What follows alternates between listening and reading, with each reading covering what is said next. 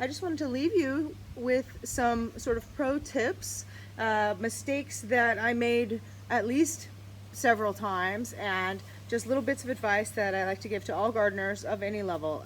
So number one, don't be afraid to go all in. So in permaculture, a lot of times people talk about starting small and spiraling outward and start with the home, but I sort of disagree with that when it comes to gardening. As you can see, this is a 1/4 acre piece of rented property. This is where I live.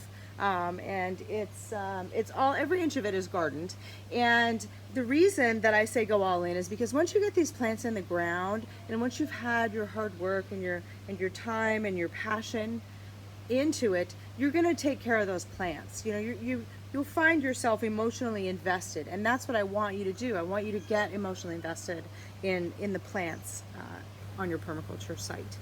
So the second tip is to be careful about planting things too close together. This is the number one sort of fledgling gardener mistake, and I do it still every year. I end up planting stuff too close together, and but don't.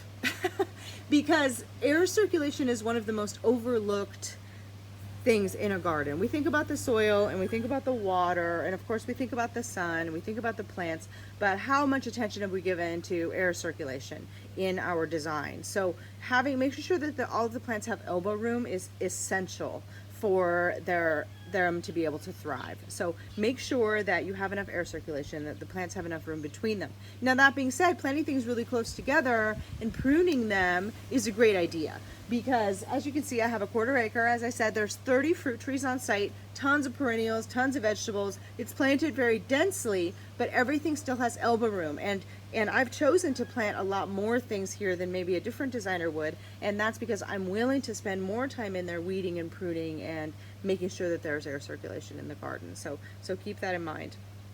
And then the third tip that I kind of didn't mention in the module, but that I think is really, really, really important, is seed saving. And you know, we have a whole seed saving module in this course, and that's not even normally included in a permaculture course, but when I created this course, it was really, really important to me to have an amazing section on seed saving. And seed saving is really my one true love and my first passion.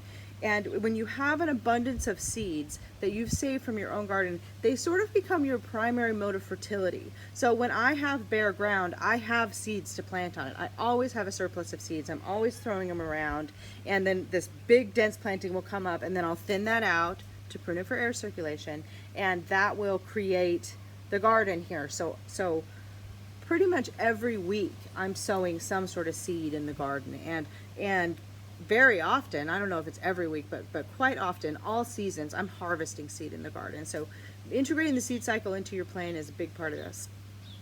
So that's pretty much what I wanted to tell you. So don't be afraid to go all in. Make sure that everything has enough elbow room, and save your seeds. That's all you need to know, and I'll talk to you soon. See you in the group, and I hope you enjoy the rest of the course.